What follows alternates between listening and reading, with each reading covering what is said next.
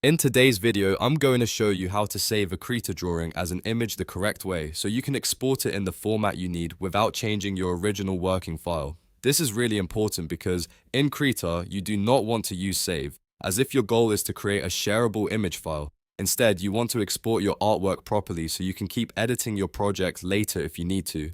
If this tutorial helps, make sure to hit the like button and subscribe for more simple software guides just like this. Alright, let's jump right in. First, open your artwork in Krita and go to the upper left corner of the screen. Click on File in the menu bar. A drop-down menu will appear with several options, and what you want here is Export.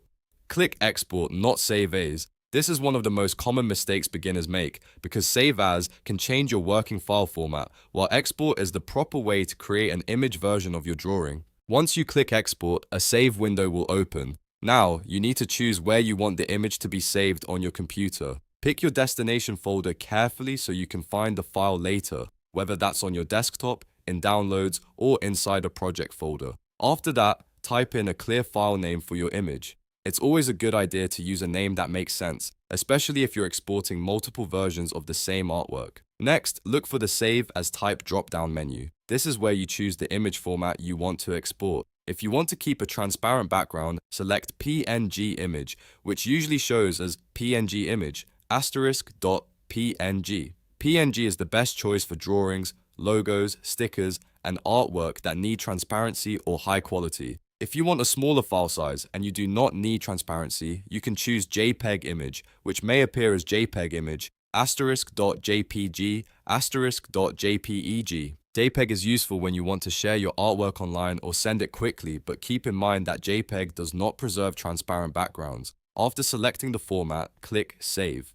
Krita will then show you a settings window for that format, such as PNG options or JPEG options. In most cases, you can leave these settings at their default values, especially if you just want a standard export. So go ahead and click OK to finish the export process.